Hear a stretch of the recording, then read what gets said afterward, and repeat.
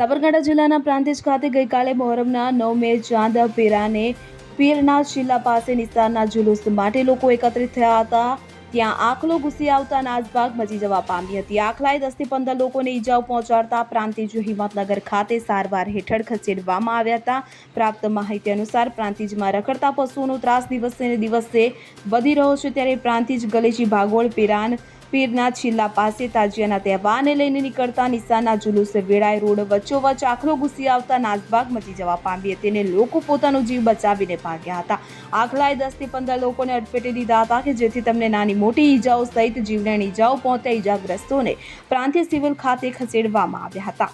આખલાની અડફેટે આવતા એક વૃદ્ધાને છાતીના ભાગે ઈજાઓ પહોંચતા 15 ટાંકા આવ્યા હતા, તો એક મહિલાને હાથે પગે તેમજ એક પુરુષને આંખે સહિત શરીરે ઈજાઓ પહોંચી હતી। ઈજાગ્રસ્તોને પહેલા પ્રાંતિજ સિવિલમાં સારવાર આપવામાં આવી હતી, તેમજ ભાઈ બહેનને વધુ ઈજાઓ પહોંચતા તેઓને વધુ સારવાર અર્થે હિંમતનગર ખસેડવામાં આવ્યા। હાલ નગરમાં રખડતા ઢોર સહિત આખલાઓનો ત્રાસ વધ્યો છે। અવારનવાર પ્રાંતિજ પાલિકામાં રજૂઆતો બાદ પણ પ્રાંતિજ પાલિકા કુંભકર્ણની નિંદ્રામાં હોય તેવું સ્પષ્ટ જણાઈ આવે છે।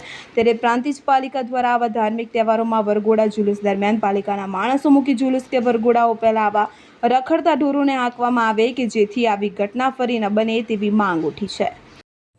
Bureau report CN24 news.